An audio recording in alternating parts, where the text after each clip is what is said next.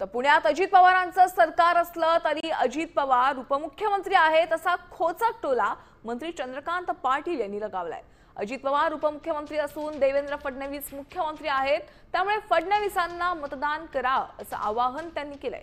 पुण्यातील भोरमध्ये आयोजित कार्यक्रमात चंद्रकांत पाटील बोलत होते।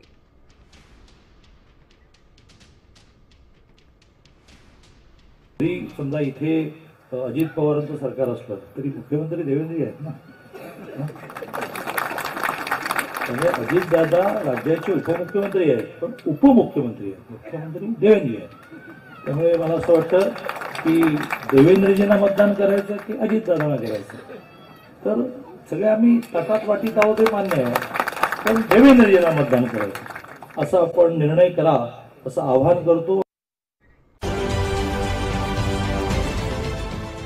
देश विदेशातील प्रत्येक घडामोडींचे लाईव्ह अपडेट मिळवण्यासाठी आता साम टीव्हीच्या सर्व सोशल मीडिया प्लॅटफॉर्मला लाईक, फॉलो आणि सबस्क्राईब करा। तसंच सर्व नोटिफिकेशनसाठी बेल आयकॉन प्रेस करायला विसरू नका।